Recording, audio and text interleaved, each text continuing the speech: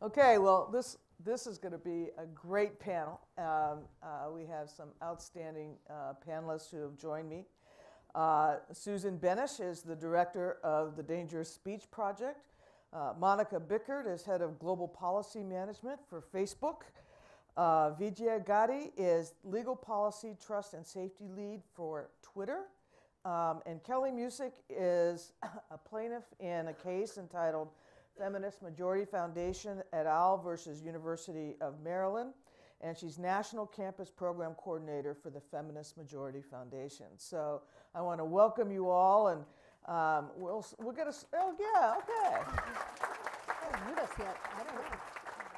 I want to just start with some introductory questions, as it were, and maybe for Monica and Vijaya, can you describe what you do at Facebook, what you do at Twitter, and how it interfaces or deals with speech-related issues? Sure. You want to start?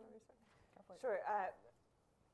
My name's Monica Bickert. I lead the team that writes the policies for Facebook. So basically, we write the rules for what people can post on the site and what people can advertise on the site. And then we're also responsible for overseeing the implementation of those rules. Basically, we've got a site that has more than 2.5 billion regular users. And any given day, we've got billions of posts, billions of photos being uploaded onto the site. If somebody reports something to us, then that has to go to somebody who will look at it and decide if it violates our policies or not. And we've got a team now of more than 15,000 people who work on that content review. They're reviewing posts that are reported by users around the world. We get more than 1 million reports a day. Or they're also reviewing content that our artificial intelligence or other technical tools flag as something that likely violates our policies. They review it. Sometimes there will be maybe a question about whether or not this really violates. If so, they might send it up the chain, and my team is responsible for making sure that we are implementing the policies in the right way. And then we communicate back to the person who reported the content, and if we remove it, also the person who posted the content. So throughout the course of my job, my team is based in 11 offices. Most of us have backgrounds that have dealt with speech or safety or the intersection between the two. So I was formerly in law enforcement. I was a federal prosecutor for more than 10 years before I came to Facebook. But also on my team, we have academics who have studied terrorism or right-wing hate organizations. We have human rights lawyers. We have former rape crisis counselors. We have a former teacher. And so it's about bringing that expertise together and then leveraging the relationships that those people have around the world to try to make sure that we're drawing the one set of global policies in the best way possible to protect the safety but also the freedom of expression of this very large global community. Hi, I'm Vijaya. I work at Twitter. I lead a couple of different organizations there. The two that I think are primarily related to free expression are the Trust and Safety team, and it's the team that's responsible for, again, similar to Monica's team, setting the policies that govern behavior on the platform. The second team I lead is the legal team, and believe it or not, we spend a lot of time thinking about free expression on that team too, whether it is requests that we receive from governments to remove content from the platform, or requests we receive from different people to unmask anonymous users on the platform. So we have quite a bit of back and forth, as you can imagine, with a lot of people on that front. And one of the hallmarks of Twitter is the ability to use the platform pseudonymously, which is really, really valuable in a number of places around the world. Even here, it can be very valuable. And protecting that anonymous speech is something that we very, very much fight hard to do. And Susan, talk about the Dangerous Speech Project. What are you up to? A lot, as you can imagine. My friends laugh at me and say, "Oh, do you have anything to do these days?" The Dangerous Speech Project began out of a simple observation, which is that malevolent leaders, influential people in society who are trying to turn one group of people violently against another one, tend to use very similar language. There are certain uncanny patterns in the kinds of rhetoric that these people have used from country to country, from culture to culture, even from one historical period to another.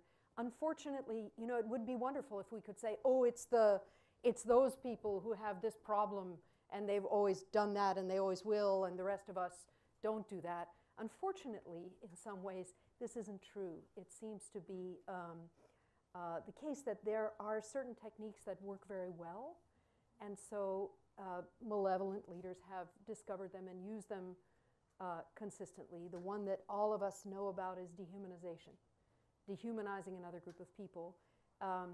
And I've now described what we call hallmarks of dangerous speech.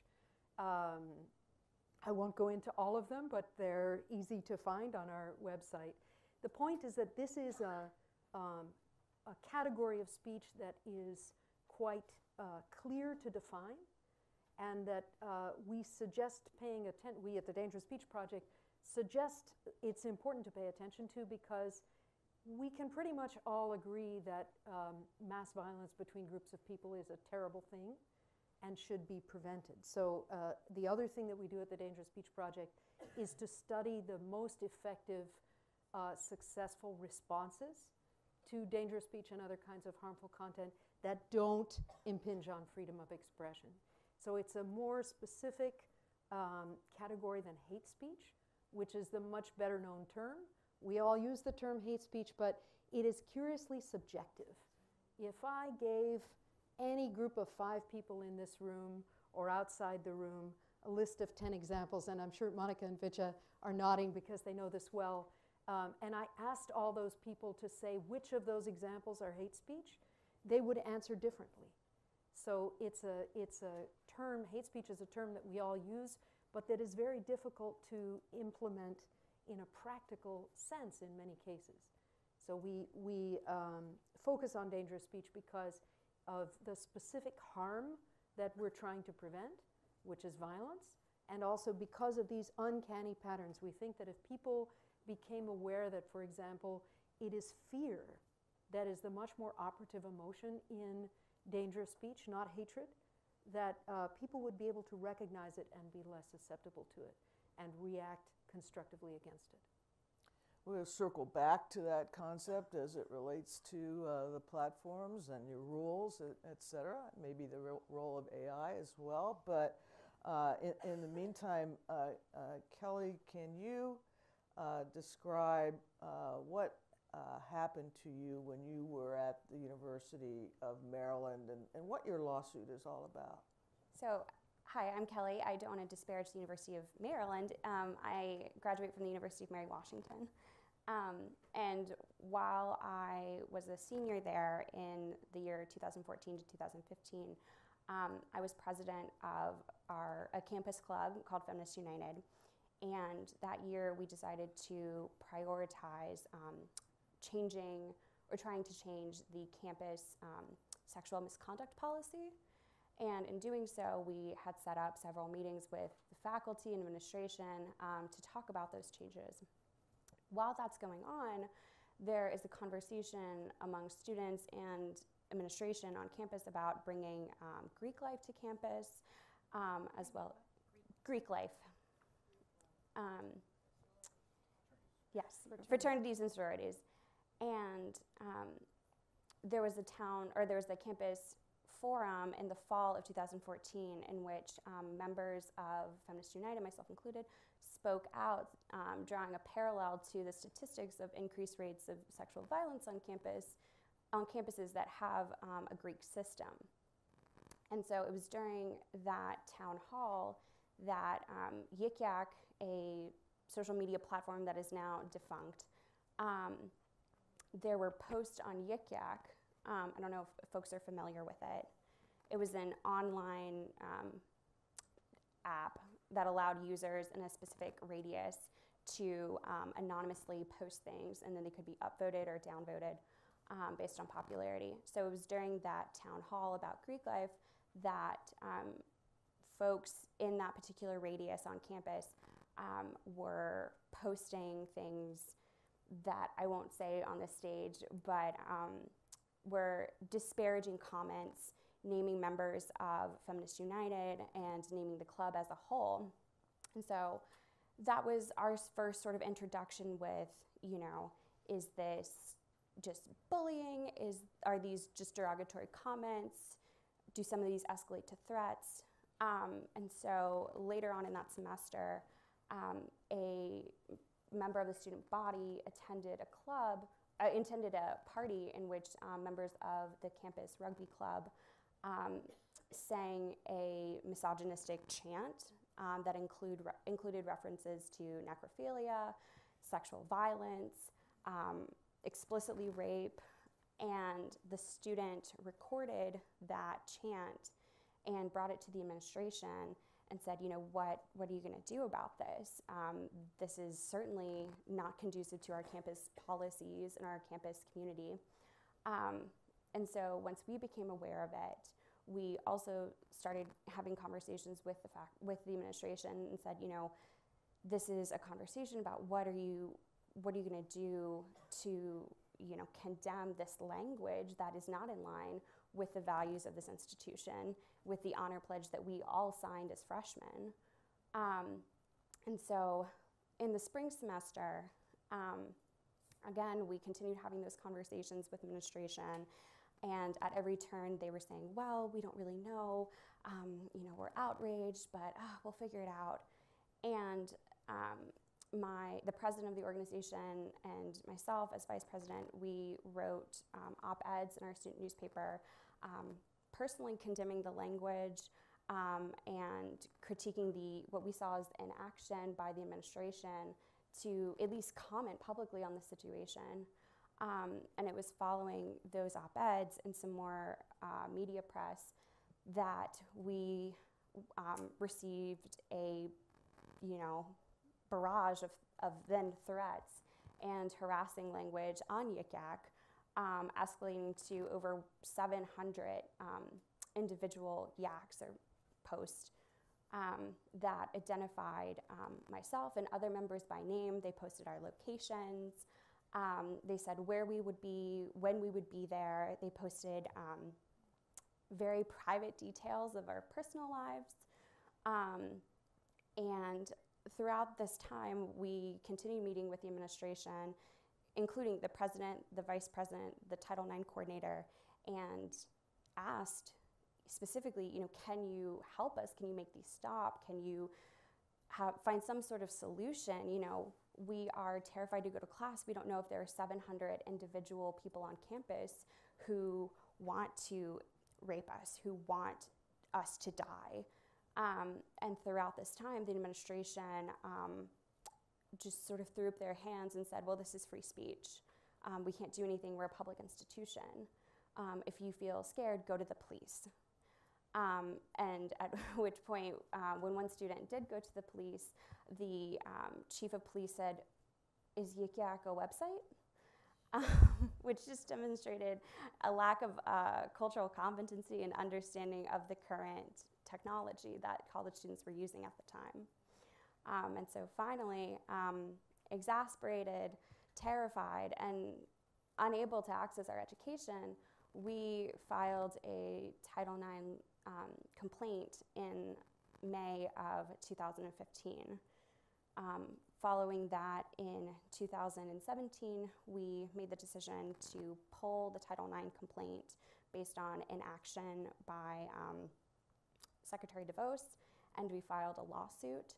And in December 2018, we won on appeal a decision by a panel of judges who said that Mary Washington could and should have done more.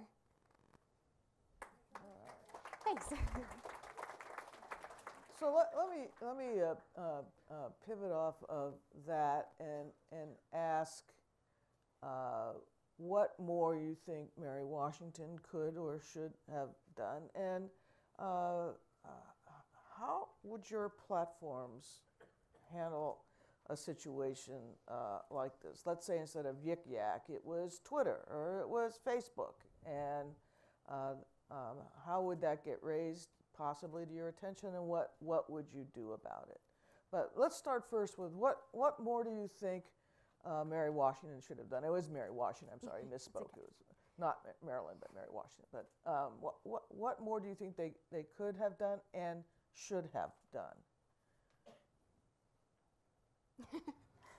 I think they could have trusted women.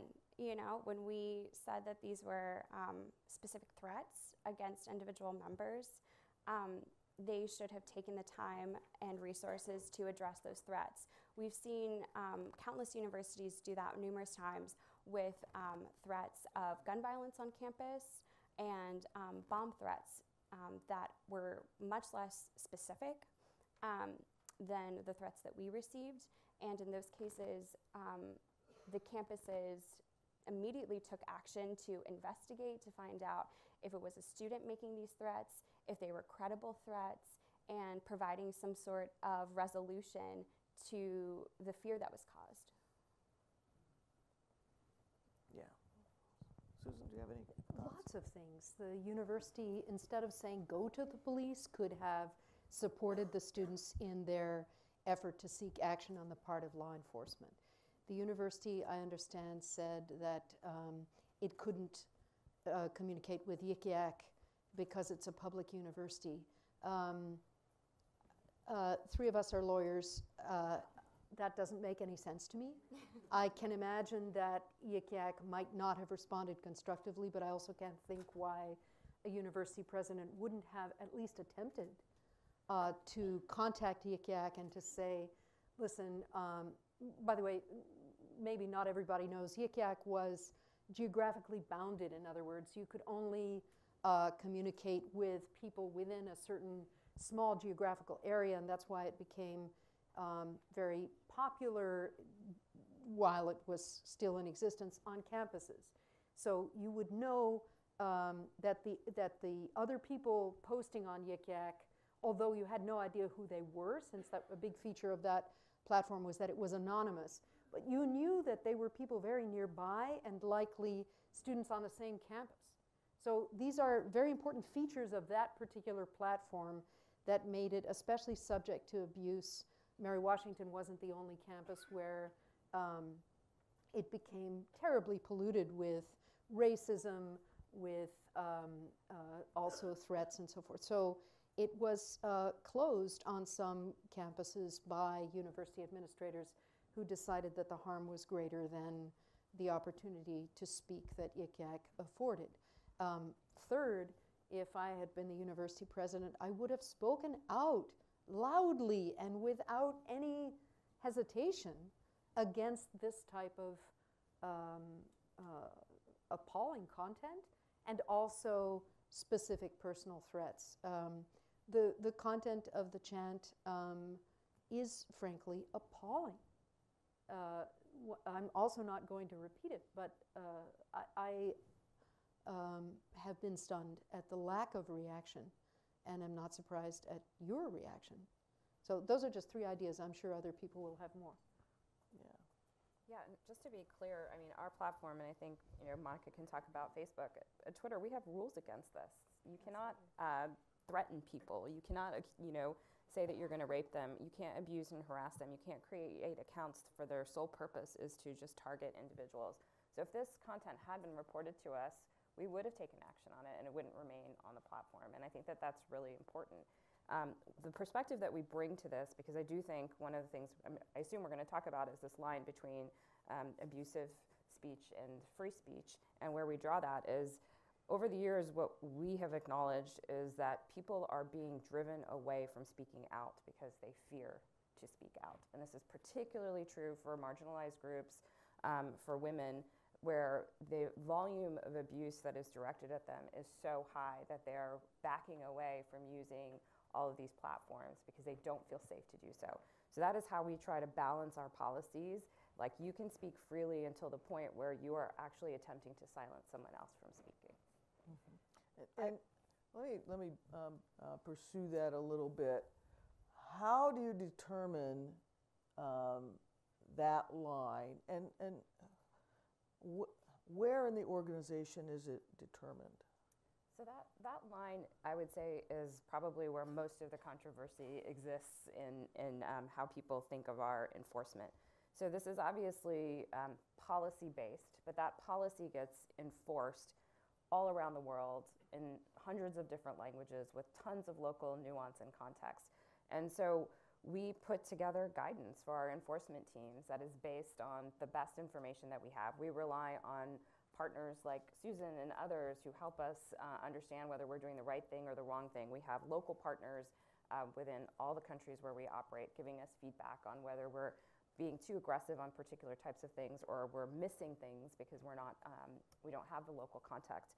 But context, I think that is, to me, one of the things that's really just really hard about content moderation at scale is that it's almost impossible to find an objective place that everyone will agree that you're drawing the right line in the right place. And that's where so much controversy comes, and that's where allegations of inconsistency or bias or anything else, because there is this gray area that depending on the person seeing it and depending on the person enforcing that rule, they may come to different conclusions.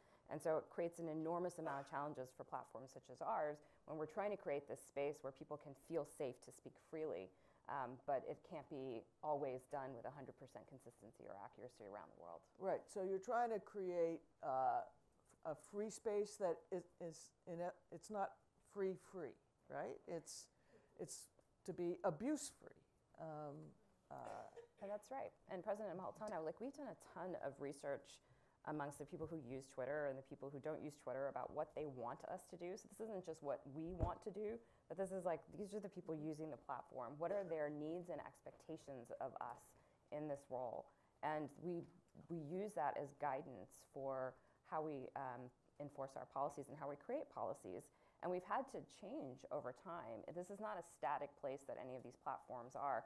When we started 13 years ago, we were probably much, much more allowing of all types of content on the platform. And where we are today is a lot less of that because we've had to move, not just for regulatory reasons around the world where laws are changing around this type of content, but because the expectations of people using the platforms are changing as well. And I would add to that, I would echo everything Vijaya said. And on Facebook, just like on Twitter, those sorts of comments clearly violate our policies, and we would actually consider them for proactive referral to law enforcement, meaning when we see that there is a threat of imminent harm to somebody, our terms in the law allow us to proactively send something to law enforcement, and we do that. There are a couple challenges that the companies face in addition to trying to draw that line. So drawing the line between what's acceptable speech and what's abusive speech is something that in the cases that Kelly mentioned would be fairly clear cut for us. But there are that border between what is, say, hate speech versus what is political speech, what is harassment versus criticizing a politician. I mean, there's some real edge cases there. And for that, we do a lot of external outreach, but even still, almost 90% of the people using Facebook are outside the United States, almost 90%. And so we're talking to groups in different parts of the world who have really different ideas about how hate speech looks. So that's challenge number one, is drawing the line. The next challenge is actually finding the content. And the third challenge is having enough context to evaluate it. So in terms of finding the content, when you have billions of posts every day, it is difficult for us to find that, and especially in situations where people aren't likely to report it. We had in Myanmar last year, we had a lot of content that was not being reported to us that did violate our hate speech policies. Now, we have gotten better by developing artificial intelligence that can identify what might be hate speech and then send it to our reviewers for them to review it. But realistically, I mean, Facebook is one of the biggest social media companies out there. For smaller companies, that's going to be really, really hard. Language support.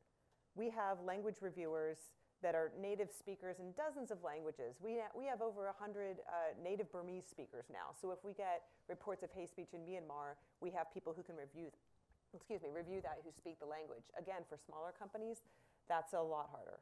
And then the final challenge is understanding the context. The context in Kelly's case, very clear.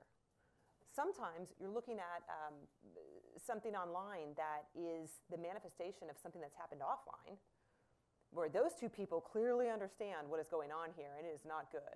But if you're a reviewer and you're looking at it, you can't really make heads or tails of what is going on. This is something that we hear, especially when we talk to like the National Network to End Domestic Violence, or other women's groups who will say that when you're looking at harassment, sometimes there is a pattern of activity offline that all you need to do online is use this sort of trigger word and everybody knows what's going on, but the companies won't know that. So there's some real challenges. Mm-hmm.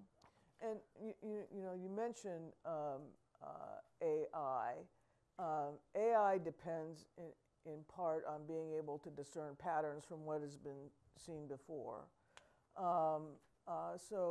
Susan mentioned that in the case of dangerous speech, there are patterns that go way back in history. How susceptible is ferreting out dangerous speech to an AI approach? Honestly, it's very difficult, just as it is very difficult to detect hate speech with artificial intelligence tools.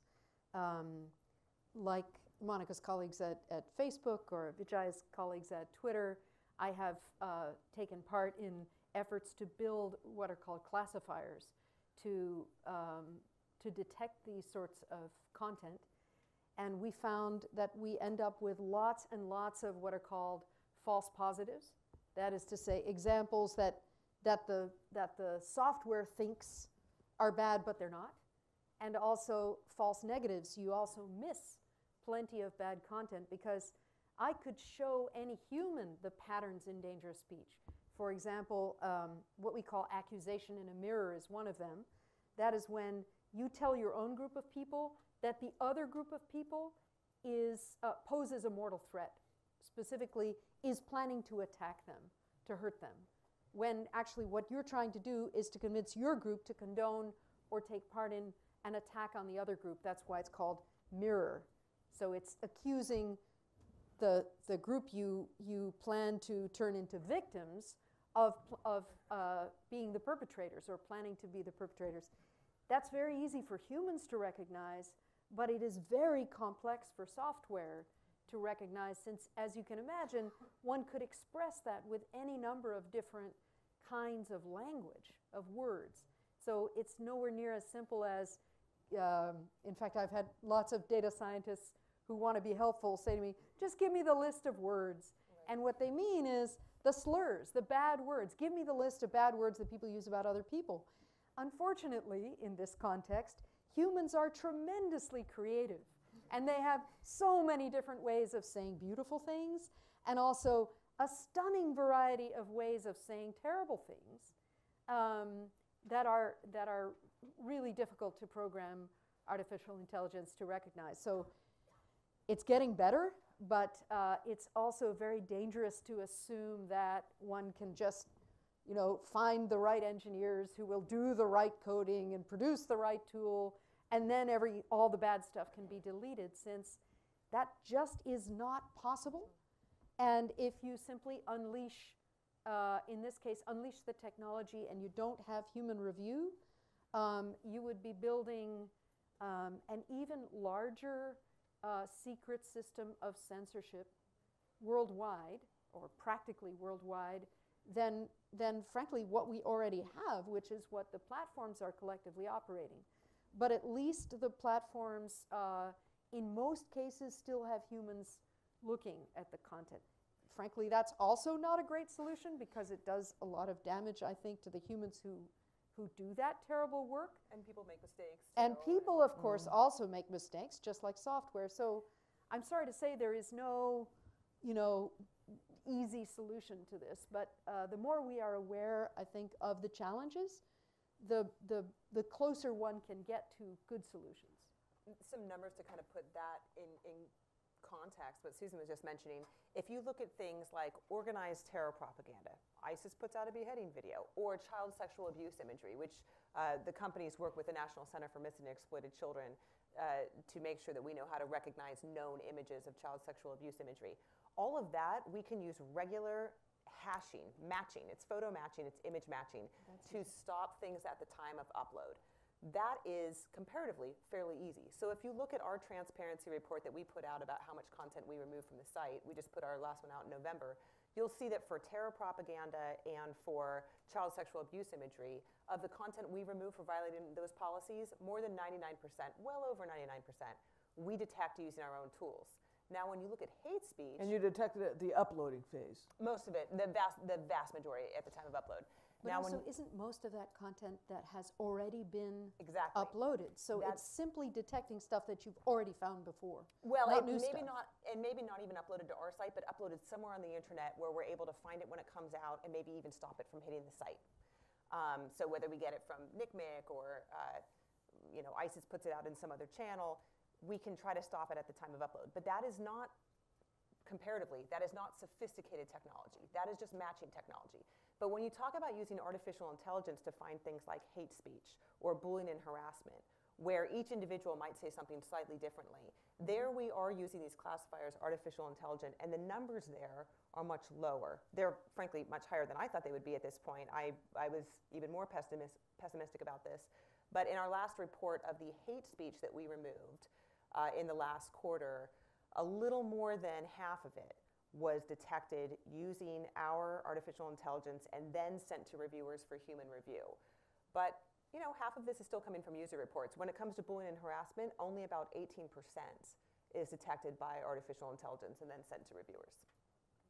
I think that speaks, I don't know if you can hear me, I think that speaks to the nuance of these online communications, particularly between young folks. I mean, just one example that is cited in the case is one of the yaks was, just a content warning, gonna tie these, the text was, gonna tie these feminists to a radiator and grape them in the mouth. So at the time, Yik Yak had a system where I assume someone had created a list of words, and one of those words was the word rape. And so if you typed that word in and tried to submit a yak, it would pop up some sort of little warning like, oh, do you really mean to say this? If so, like, go ahead, but here's our anti-bullying policy. But users got around that by, using the word grape, which could, speak to a cultural comedy skit, or could also mean gang rape, so depending on the context. And so just like that, I mean, I think there is a nuance that requires both AI and human interpretation for the context, particularly in different communities. Yeah. So we were talking a little bit before this panel about last weekend in New Zealand and the horrific attack there and the use of social media by the perpetrator. Both Facebook and Twitter have been criticized for being, slow to the ball in terms of removing the content. What do you say about that, and what more, if anything, could have been done? You want me to start? Yeah, sure. Anytime we have, I mean, this was an unprecedented, horrific act that we saw in New Zealand. And anytime we see a tragedy like that, if it has any connection to our service, and this one did, then we are looking to see what did we not do well here, what could we do better, and where do we need to invest our resources to make sure we do better.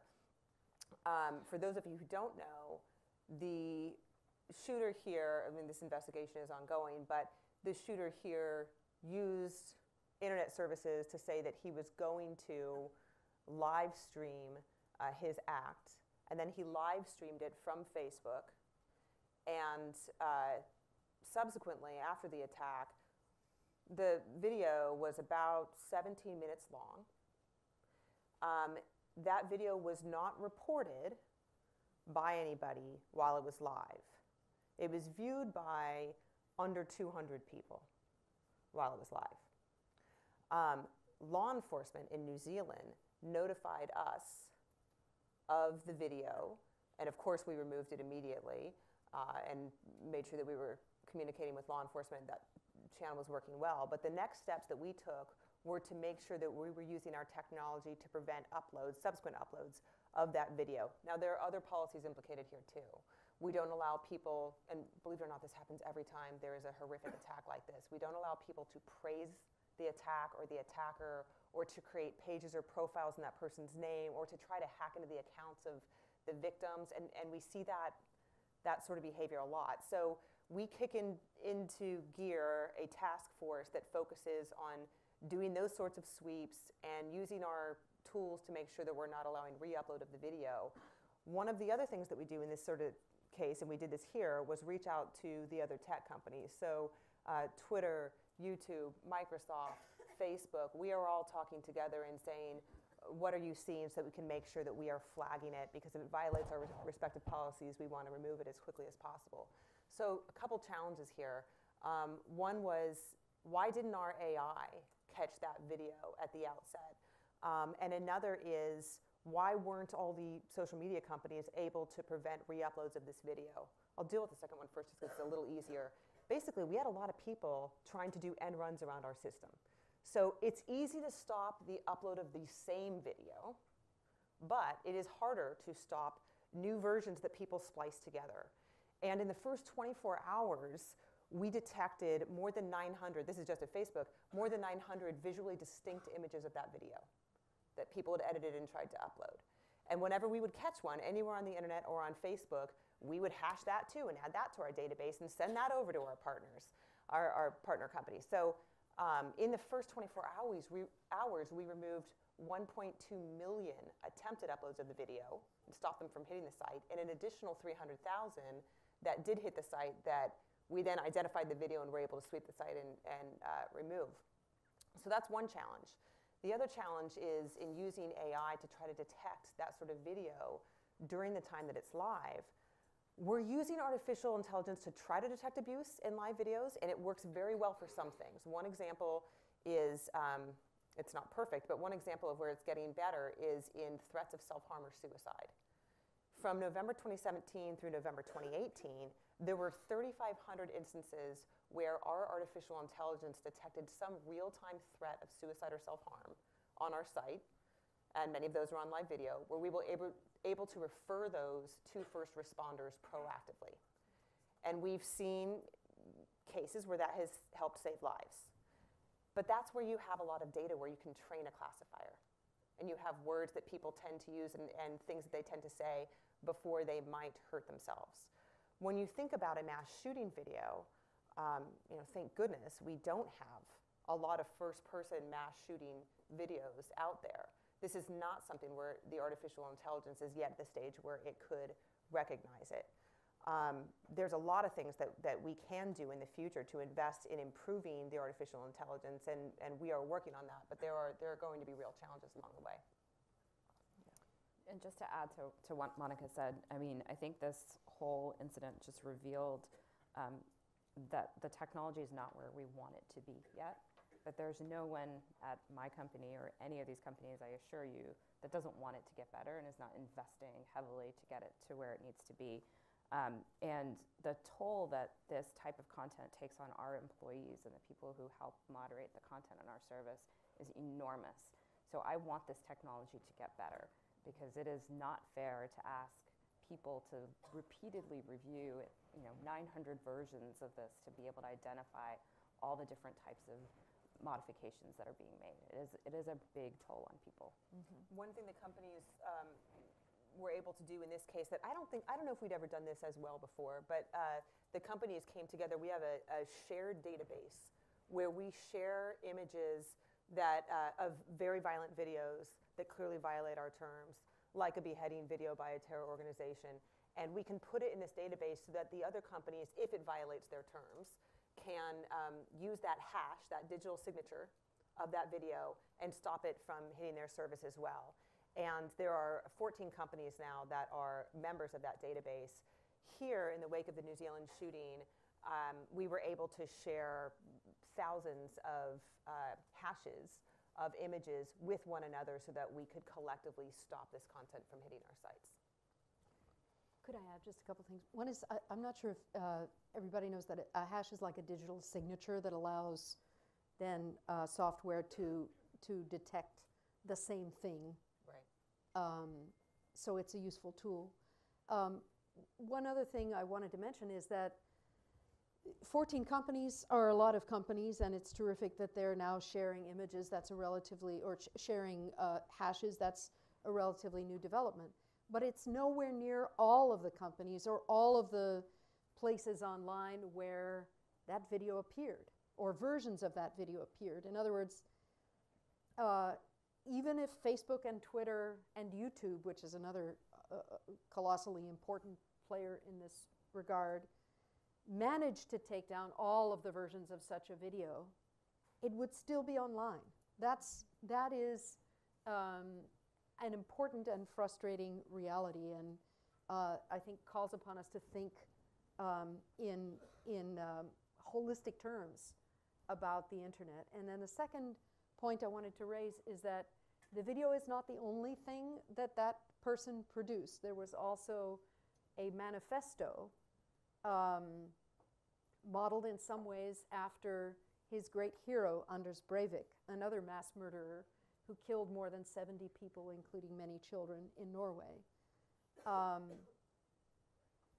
That manifesto also proliferated like crazy online, and it is a probably more complicated question whether to take that down or leave it up. Media organizations Yeah. around the I world was just shared published not it. just the That's manifesto, right. but also parts of the video that were Yeah. the shooting violent Yeah. parts. Right. So, So what I was going to get to that. What is the difference between a video of a live shoot versus a manifesto with the screed that he used? yeah, it's a great question. I think both of these pieces of content implicitly raise a very important question, which is, what is the harm? What are the kinds of harm that specific types of content cause or inspire? And we, well, I shouldn't say we. I'm lucky enough not to have the incredibly difficult job of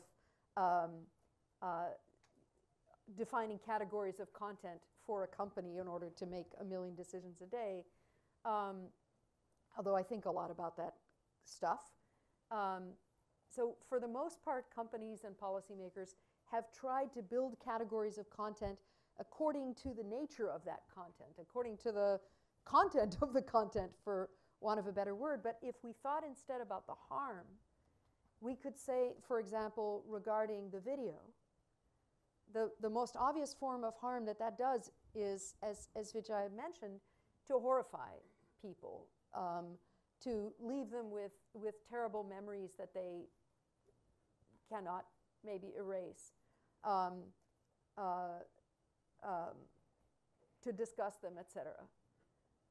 It's also conceivable that a video like that, like an ISIS beheading video, would inspire someone to commit a similar act, right? And those are completely different types of harm. The same is true of the manifesto, after all. Mm-hmm. I forced myself to read it. It's horrible. I hated reading it. And it's not going to make me more likely to commit violence, I can tell you. But it might have a totally different effect on a different sort of person. And that's why I think it is very useful to distinguish not only types of content, but types of harm, and then to make policy accordingly. Because trying to protect people from being horrified by, for example, such a video or such a document, and trying to prevent people from being inspired by it are very different enterprises, and you would go about those two in different ways. Mm-hmm. What do you all think about that approach, looking at content and valuing it in comparison to intended harm? I think it's great. It's actually something that we're really looking at as two vectors when we're thinking about our policies, and we're expecting to probably make some shifts here, is the immediacy and severity of harm, and using that much more clearly in how we enforce content. Because that's currently not, as Susan mentioned, necessarily the forefront of how we originally developed our policy framework, but it's one that we're now thinking about how we can shift to. So if something is posted and there is a significant amount of harm and it's a high immediacy, we may be much more comfortable, for example, using AI to automatically take that content down. Whereas in the past, we may have waited for a human to report it and then a human to review it and take it down. But that doesn't address the immediacy and severity issues. So rethinking how we enforce our policies based on that concept, I think, can be very powerful. Kelly? And Sorry, go ahead, Kelly. No, I'm just mulling over how my generation, millennials, as well as the generation after, Gen Z, we exist as digital natives. There was a lot of conversation in the panel before about, you know, social media on college campuses and things like that. But I'm just shocked at the amount of content that was reproduced about this terror incident. And I just think about the data from psychologists and other folks about how particularly young folks who engage in mass shootings and other acts of terror, how they do it to leave a legacy. And as we're seeing with, as new social media platforms are created every single day, and you know, we have two tech giants represented here, there is the possibility that folks would see this horrible action, but think, if I did something similar, I too could have hundreds of thousands of people trying to repost something I did. And that is a horrifying thing to imagine. You know, as folks are trying to carve out places for themselves online, I think there will always be a tiny, tiny fraction, but nonetheless a portion of the population who will do that by any means necessary, including horrific acts of violence, and allowing those to be, those images or documents to be shared online, to be consumed and to exist forever. That allows that person to say, even if no matter what happens to them, they too will have a legacy. And I think that's, you know, that will always inspire future harm. Monica, you have. Yes, I was going to say that measuring these different interests and likely harms is something that we have to do in a number of areas. It's a regular part of drawing these lines. So certainly you can think about if a media organization is sharing this manifesto, or if they're sharing something else that about a horrible act because they want to raise awareness about it, about where that should, even if it violates our policies, and we would always remove it, should that have a place somewhere for discussion? When we look at things like self-harm content, we are trying to measure what is in the safety interest of our community at different times. And we talk to a lot of safety experts about this, and there's no perfect way to draw this line, but just to kind of show you how hard it gets, we look at if somebody is saying that they're going to harm themselves, maybe it's a live video, maybe they're posting it, but they're engaging in conversation. We don't allow people to promote suicide, but if somebody says they're going to harm themselves, we leave that up while there is the possibility of intervention, because we do see that friends will engage and that we can send resources. In fact, if you report a threat of self-harm to Facebook, even before, let's say you see your friend say something, even before we have a chance to review it, we immediately send you, it's an auto response, we send you resources specific to your jurisdiction so that you are better equipped to help your friend, while we are looking to see if we should send that to first responders. So we leave it up. Now, in the horrific, you know, if the person commits suicide or harms himself or herself and the act is over, then we would remove it. Because at this point, there is no safety interest left in keeping it up. But those are the sorts of lines. So, you know, how do you determine, if you are guiding content reviewers, how do you determine when there is no safety interest left? How do you determine that, well, this person's not engaging anymore?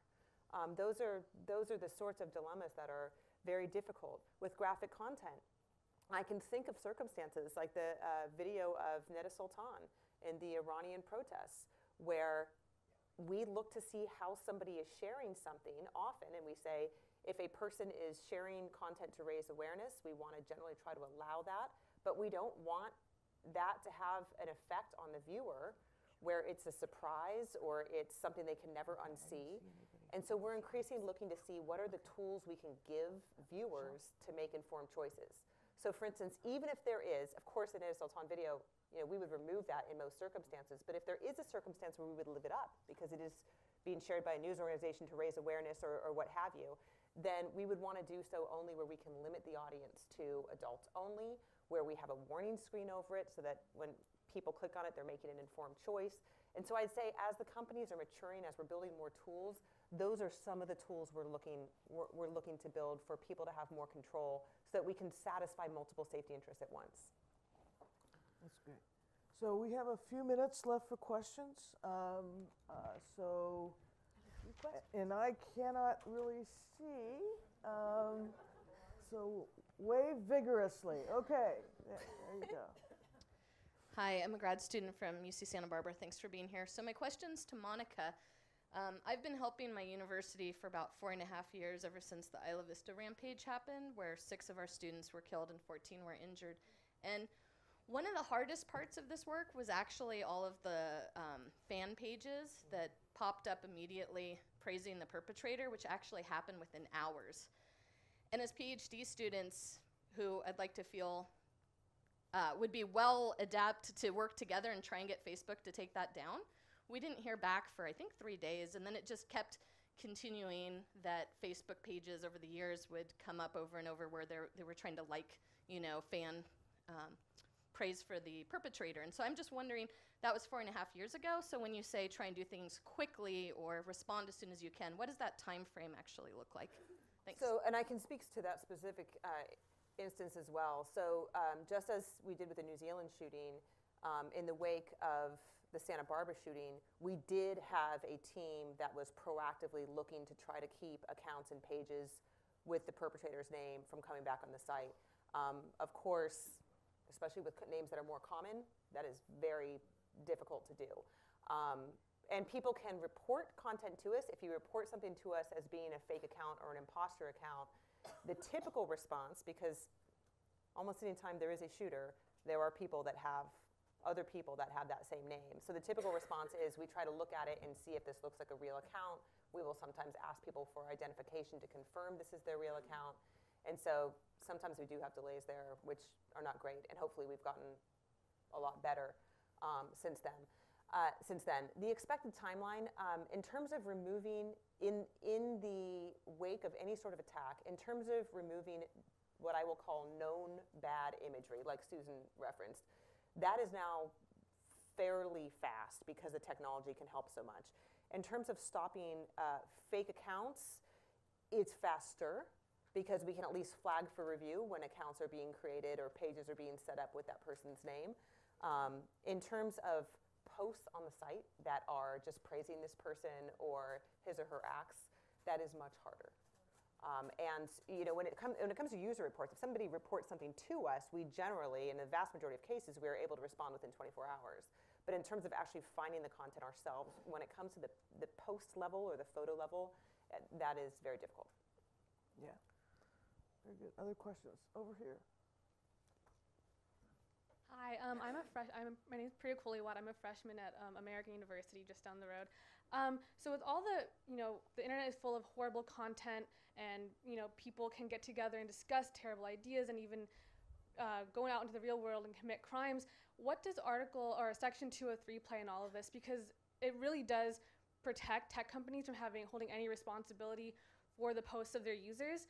And if that's the case, do you think when Section 203 was created, the internet was not as prominent or as a big social powerhouse as it is today. Do you think it plays a role in how the internet is being used today? And if so, should it be amended or completely removed to fit our current online environment? Yeah, sure. So I think that Section 230 of the Communications Decency Act is misunderstood by a lot of people. It is actually what enables platforms to police content. That was the entire point of putting it in place, and I'm sure there'll be some, hopefully, people nodding in the room, but I can't see anything because there's just a bright light in my face. I'm nodding. Okay, good. I believe very strongly that that's its purpose, and that is how we use it. We are much more aggressive in our ability to police content because we have this protection. That all being said, that protection does not exist worldwide in every place around the world that we operate. 75% of Twitter users are outside of the United States, and we still police content in those places. So I think that this is a conversation we can have and we should have, but I don't think that it is the thing that somehow will change everything magically. Good. Yes, right here.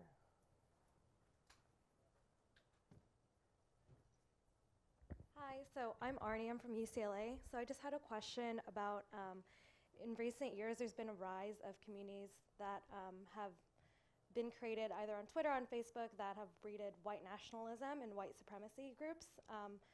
Obviously on campuses, thankfully so far there hasn't been any type of mass shooting like that, but that is a worry, especially for communities of color at our schools.